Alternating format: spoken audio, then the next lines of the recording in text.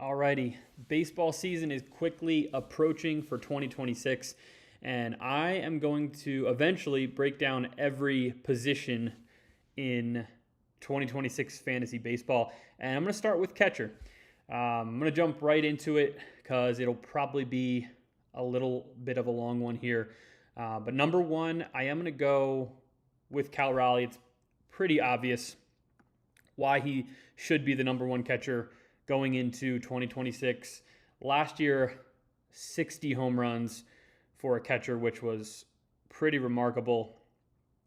And if we go over here, we can see 60 home runs, 359 on base percentage, and also tacked on 14 stolen bases, which is pretty darn impressive. But his StatCast page pretty much backs up everything he did last year. Exit velocity, hard hit percentage is pretty high, and his xWOBA was 371, which is pretty elite for especially a catcher, but even a stud hitter, that's a pretty good on base percentage value. Now, if we go over here where he's actually being drafted, when I made this originally, it was around 19. Now I'm seeing the average. So this site basically just adds together a bunch of different fantasy websites, and it's around pick 15 for 2026. And I will say that's pretty high. That's on the high side, I'd say. Even for the best catcher in baseball, that's a second round pick, an early second round pick. And I don't know if I love that value for Cal Raleigh. If he slides to the end of the second round or even the third round, I think it's a great pick. But I can't really see him repeating 60 home runs. In 2023 and 2024, he had 30 and 34. So I'd expect that to come down to maybe 40, 45 home runs in still a great season for a catcher, but definitely not close to what he did last year. And then moving on to number two, I do have William Contreras, who has an ADP of 53 currently. And let's type in here. He's a really steady player. Always gets around 600 plate appearances. Last season, 17 home runs, 76 RBIs, 89 runs, 6 steals. 260 average, which is pretty high for a catcher. And also had a pretty good on-base percentage as well. If we go down here and look, just looking at the past couple seasons, so 2023, 24, and 25, he played 140-plus games in each of those seasons. So he definitely he stays healthy and plays almost every day. Is around 20 homers for the past couple of years. In 2022 for the Braves, he actually hit 20 homers in only 97 games, and then hit 23 in 2024. So I can definitely see him around the 20 homer mark. Now, if we go up here, his xWOBA and xBA are not as high as I'd like to see. So he actually overperformed slightly his batting average in 2025, and it was down to 260. In 23 and 24, it was in the 280 range, which is elite for a catcher. But overall, he's a solid player. Will definitely contribute a lot as far as counting stats, just because he plays basically every day. And you're not going to get that from a lot of catchers in the bigs.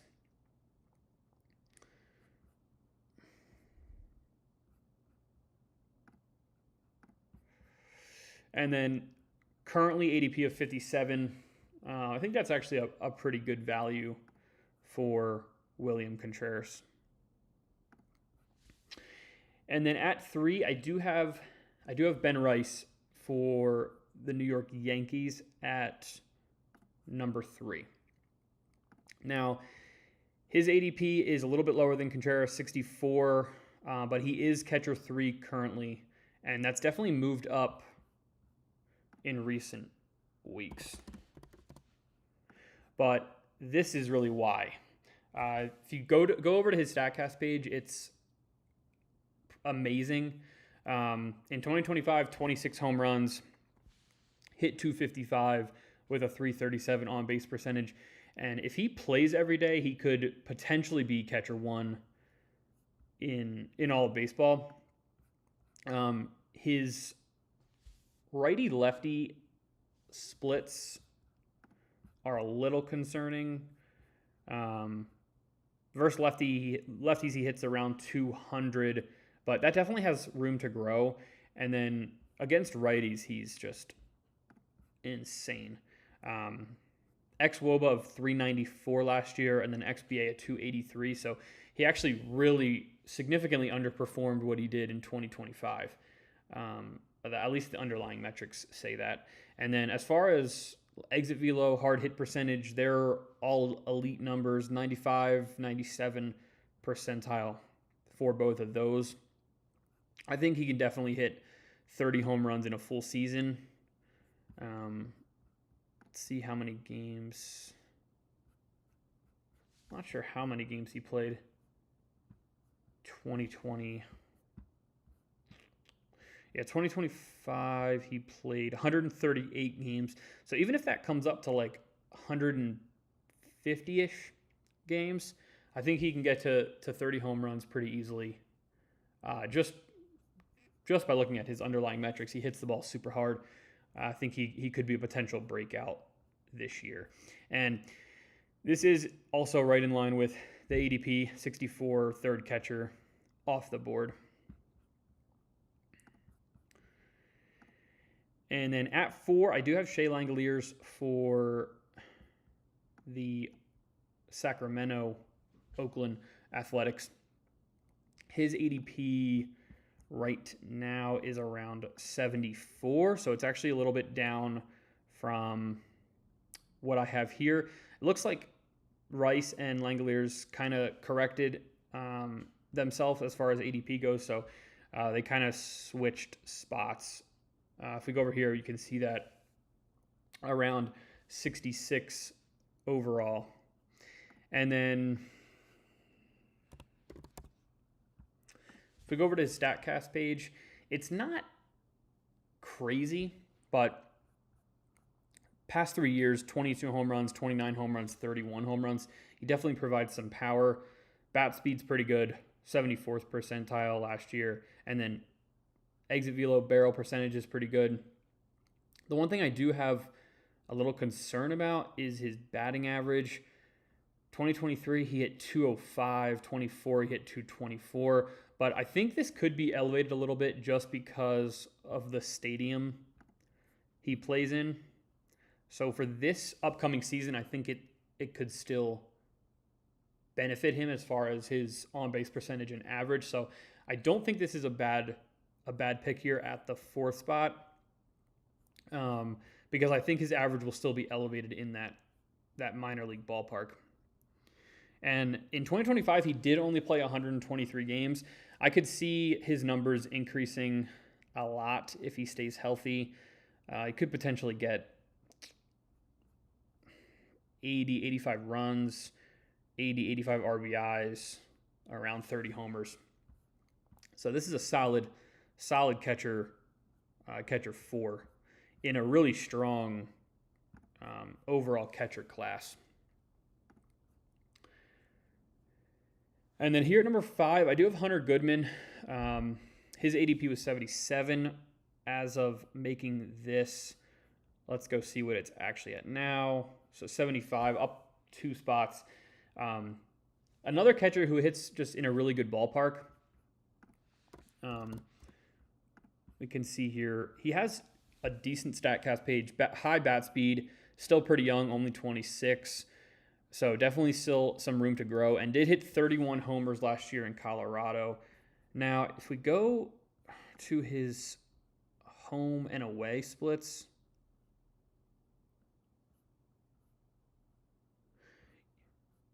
so the funny thing is with Goodman is you'd think he'd hit a lot more home runs at Colorado just because of the ballpark altitude, but he actually only hit 13 at home and then hit 18 at away games. So I think the power is pretty solid for him. The number could actually tick up for home runs at home. I think he did play pretty much a full season, 144 games. He really shouldn't sit that much in Colorado either just because of how poor their overall lineup is. So he should catch or play DH for most of the season. And he's just another solid option at catcher, could hit around 30 home runs. The only thing that could be lacking with him is his RBI production, which was actually pretty good last year, 91 for a catcher. And then runs, just because of the lineup around him is not the best. But another solid pick here. And again, his ADP is around 75.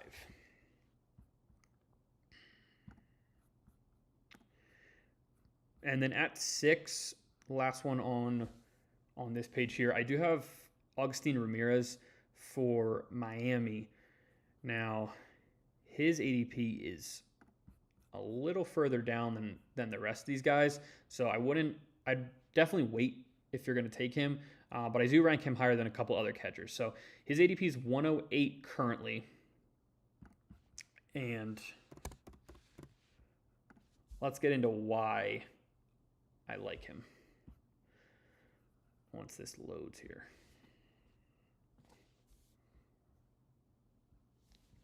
So last season, 21 home runs, stole 16 bases as well, which you don't get much from a catcher.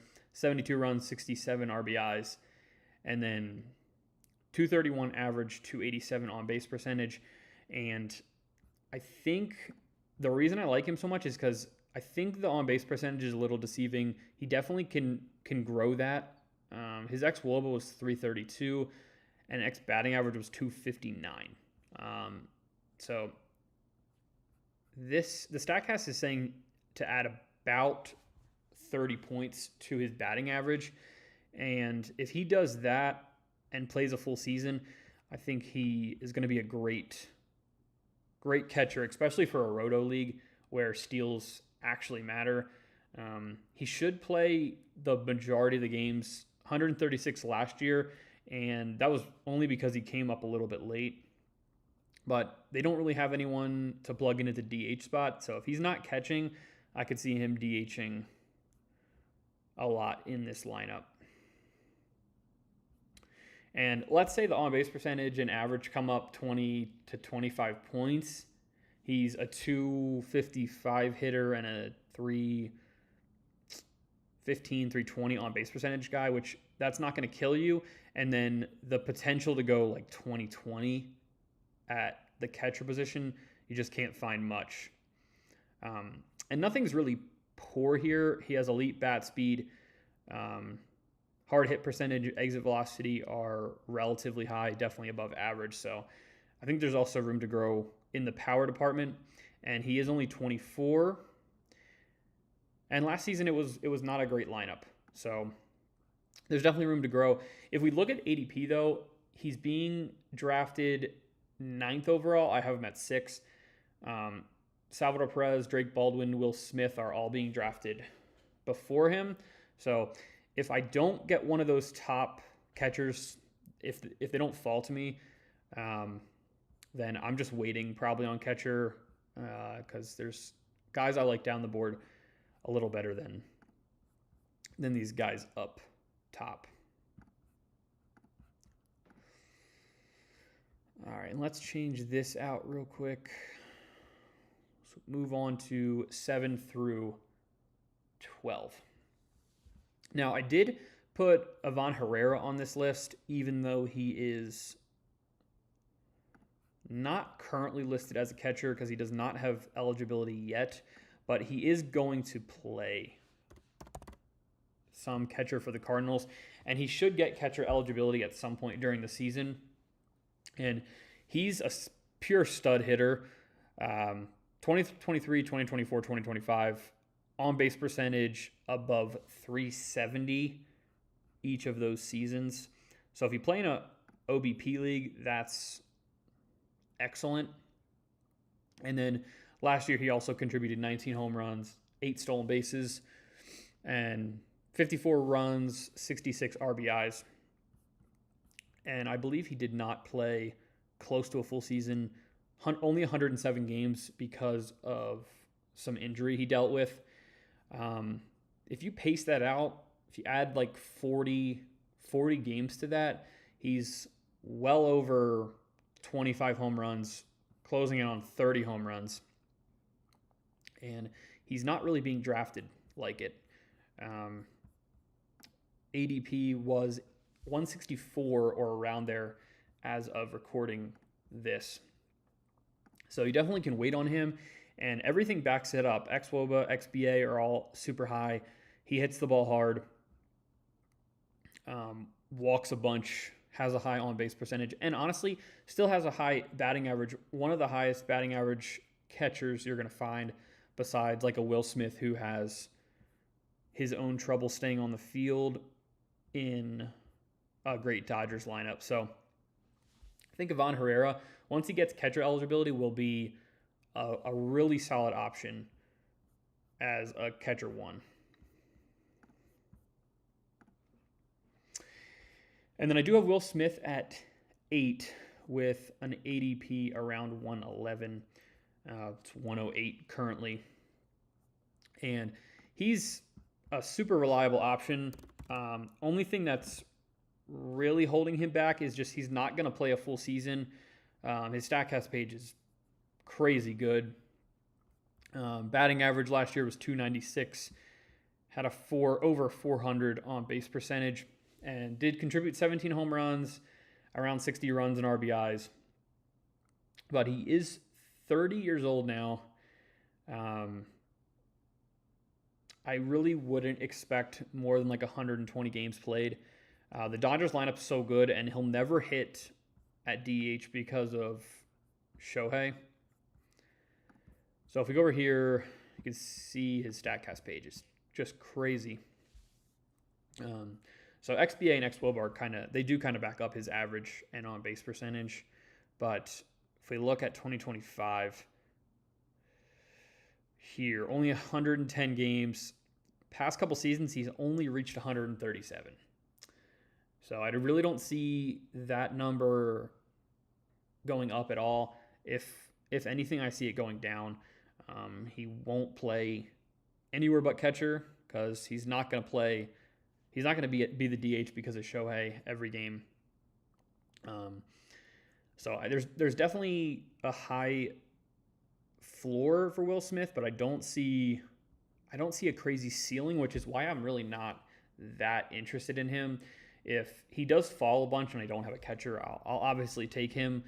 But it's going to be hard when he doesn't play and you're locked in for like the entire week with him and he sits out like 3 games. That's going to be super frustrating, and I just really don't want that hassle at the catcher position really at all. But he is going above, Agustin Ramirez, above Ivan Herrera. Ivan Herrera is down here at 157 ADP currently, so I would be looking for those two before I looked at Will Smith. And then coming in at number 9, I do have Salvador Perez. He is so old, 103 ADP. But he consistently produces. He's also first base eligible, but you're really only going to play him at catcher. ADP of 100, above Will Smith, above Ramirez. So there's still some interest in Salvador Perez. And I get why there's interest. Hits the ball hard, barrels the ball up, and does contribute a decent batting average and on-base percentage usually. Last year was a little bit of a different story, though. 236 average, 284 on base percentage. Did have 30 homers, but there is several guys at the catcher position that can hit 30 home runs. We've seen it last year, and numerous players were on track to do that last year. So I don't think that the 30 home runs really separates him a bunch. He is still playing basically every day, 155 games last year, and does contribute a lot in the RBI category, but he's pretty old, 35 years old. I can see one year, he just falls off, and it's hard to tell when that will happen, but at this point, at 35, I could see that happening really at any point. So I would say there's kind of a high floor, especially for the power, the home runs, and the RBI potential, but I wouldn't be shocked if there's a big fall off for Salvador Perez. And then rounding out the top 10, I do have Drake Baldwin at 10. ADP is around 120. If we go over here, currently it's actually being elevated a little bit, 106. So he did jump actually around 15 spots, and I don't really love that. He did win NL Rookie of the Year last year, 19 home runs, and played pretty well, don't get me wrong. He put together a pretty good season. There's going to be no speed, but definitely RBI and run potential. Did have a good on-base percentage as well, 341 last year.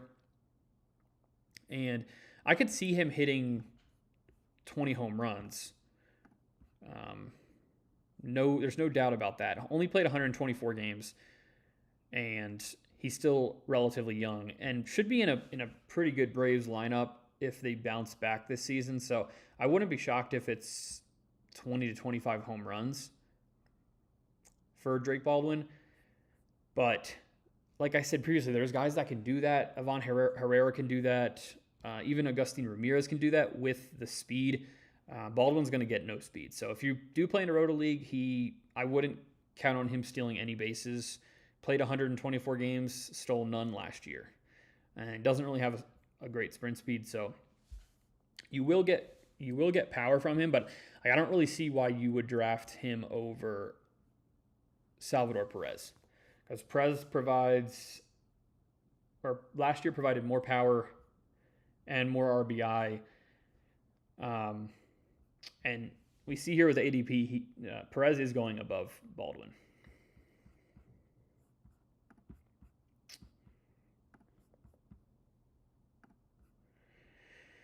At 11, this is where it gets a little bit interesting. I do have Adley Rutschman with an ADP of 154 currently.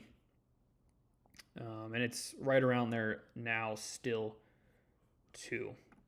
And he definitely had a bad season last year. I'm just kind of hoping on a little bit of a bounce back in 2026. He was injured. There was no doubt about that. Only played 90 games, 9 home runs, no stolen bases. But in 2023 and 2024, he was an all-star both years, hit around 20 home runs, 80 RBIs, and I think he still can do it. The Orioles lineup should be a little bit improved with adding Pete Alonso and then also Samuel Basallo to that lineup as well. So they got a lot of young talent, and I think Rutschman can still put together a good season. If we go to 2024, 2023, this is only 2 years ago. His xWOBA in a healthy season was 374. XBA was 289, which is, if he gets back to somewhere close to that, that would be awesome. He doesn't hit the ball super hard, but he has shown that he can hit around 20 home runs, and it should be in a pretty good lineup. So I could see him getting back to, say, 60 to 70 runs.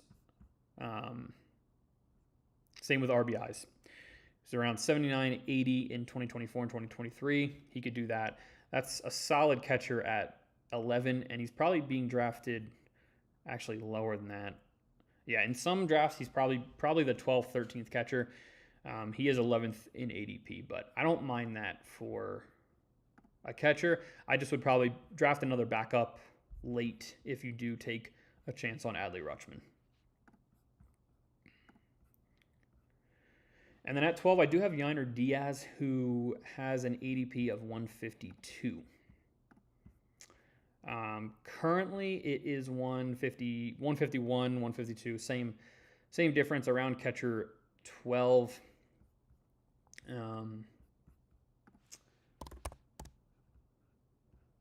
And he's an interesting guy at the catcher position. I don't love him as much as other people do, just because he kills you in on-base percentage and batting average. 256, 284 last year.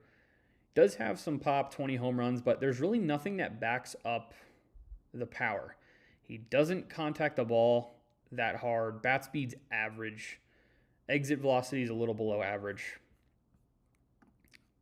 And he's an average catcher. And when there's so many catchers who can hit 25, 30 home runs, potentially, I just don't see really the reason to take Yainer Diaz. Played 143 games last year, only hit 20 home runs.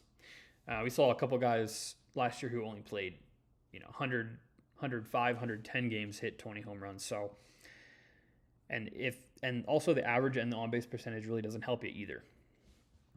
So I'm probably staying away from Yainer Diaz.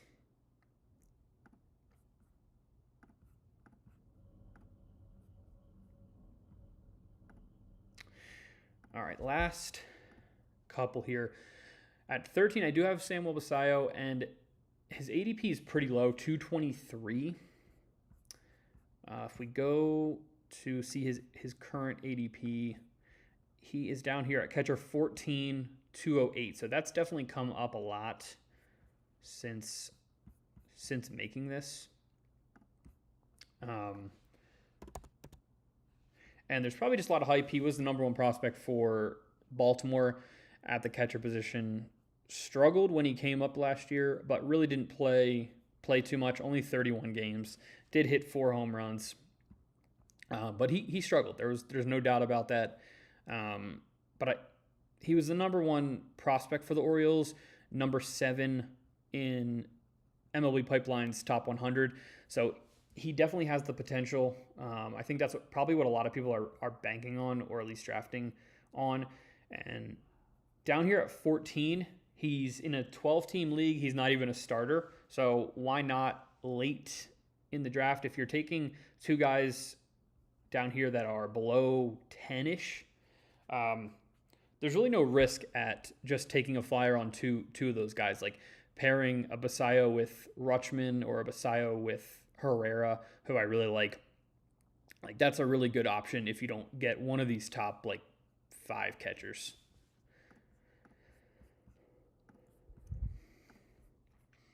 And then at 14, I do have Alejandro Kirk, who has an ADP of around 200.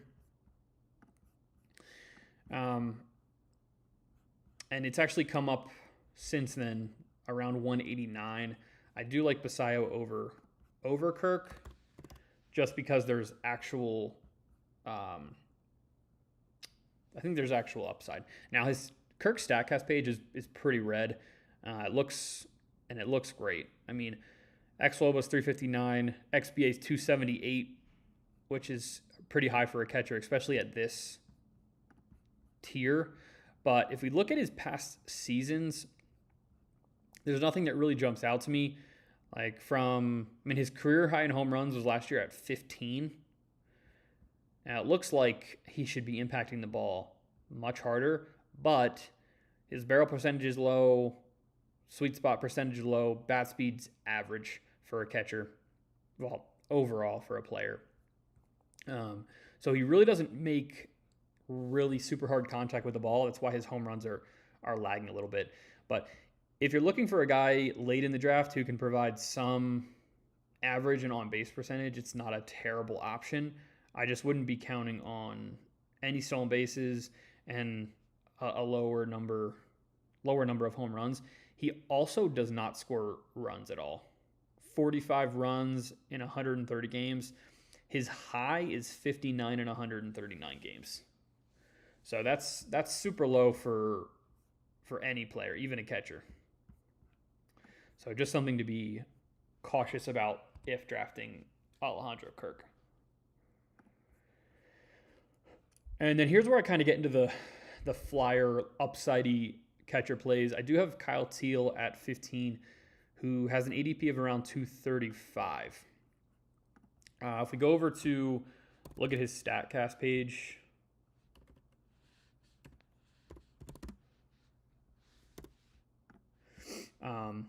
he honestly did not qualify for many things yet. Didn't really qualify for much, but when he was up last season, he played pretty well for the White Sox. Almost a half a season, hit 8 home runs, stole 3 bases, 38, 35 runs and RBIs. And then his average and on-base percentage held up. 273 average, 375 on-base percentage, which is pretty good for a young catcher, still only 23. And the White Sox have upgraded their lineup slightly for the 2026 season. It's not anything crazy, but they did add a couple pieces. And Kyle Till should be hitting in the heart of that lineup. When he isn't catching, I could see him DHing too, so he should get regular plate appearances. Should play around 140, 150 games if he stays healthy. So even if you just extrapolate that out over 150-ish games, he's probably at around 15 home runs, 15 to 18 home runs. And for a guy who's being drafted here down at 209 as catcher 15, that's not a bad option. I mean, we just talked about Alejandro Kirk, who is up here about 20 spots ahead of him, maxing out at 15 home runs, and really providing no runs either. So I don't know. I actually probably, now that I'm saying that, I probably would think about switching Teal over Kirk, moving Teal up to 14 potentially, just because I don't really see the upside for Kirk. Max of 15 home runs. I could see that for Kyle Teal if he improves in his hard hit, bat speed a little bit. Hard hit and bat speed were pretty low. Didn't qualify, but were pretty low. He squared up a ton of balls, and his xWOBA was not terrible. So we'll see what he can put together in a full season, and then we'll go from there.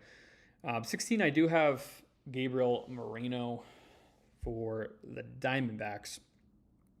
Now his ADP was 234. Let's see what it's at now. Moreno. Okay, it's down here at 16 to around 209. Okay, so that's moved up as well.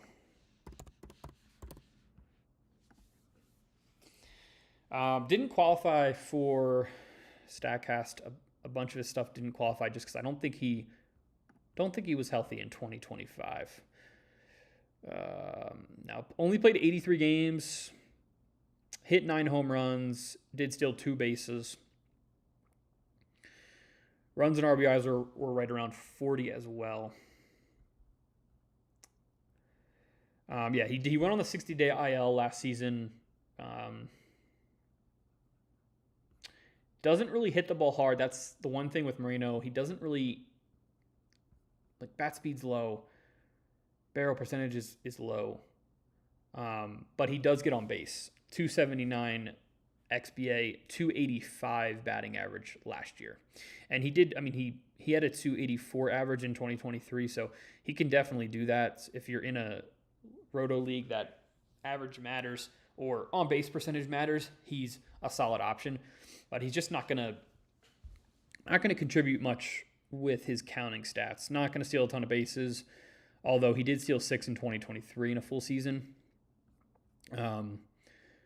but his batting average is going to be good. So if you want a solid batting average at catcher and you are running out of options late in the draft, he is not a terrible option.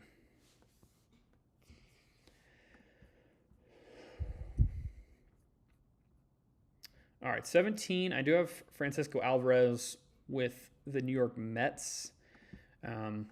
His ADP currently is down here at 226. So he's actually catcher 18 here in this list. But he has some tools that I really like, especially for a catcher. Hits the ball super hard. Average exit velo, hard hit percentage are both elite. Batting average and on-base percentage aren't going to kill you, but they're not the best. They could be improved.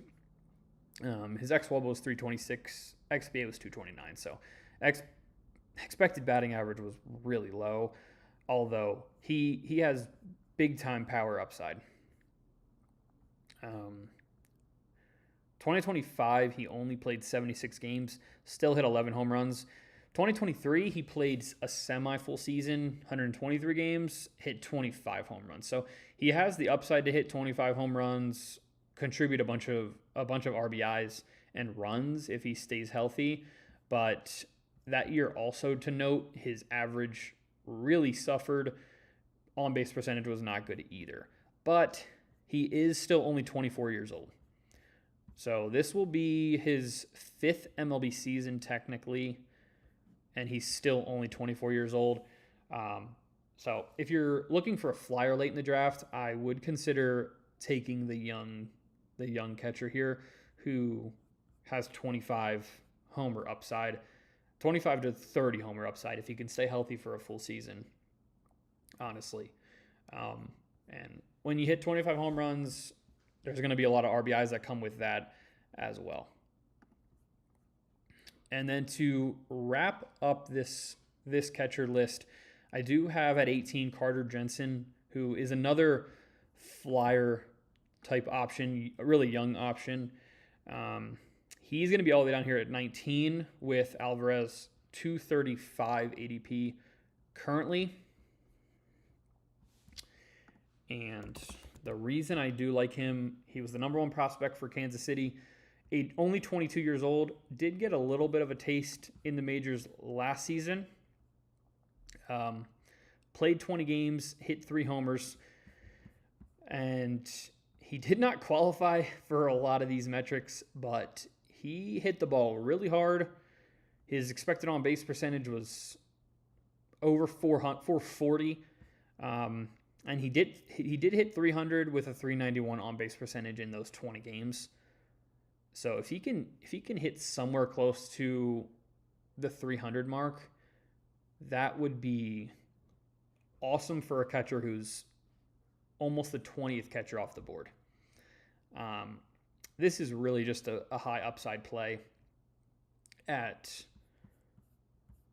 catcher 18, but he hit the ball pretty well in the minors as well, I believe. In 2025, in AA and AAA, he hit 20 home runs, also stole 10 bases. So in the minors and majors combined, he hit 23 home runs. He could potentially hit 20 home runs in the bigs next year. And you're getting him all the way down at catcher 19. So could be a really solid option, high upside, but he could totally bottom out too. There's really no telling until we see him in a major, in the major leagues for a full season. We'll be able to kind of collect some more StatCast data and really find out how good Carter Jensen is. But that is going to wrap up the top 18 at the catcher position. I will be moving on to first base next.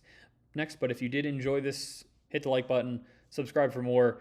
I'll be coming out with videos all the way up to the start of the MLB season. So I look forward to all that. And tune in. I'll be live for all these rankings.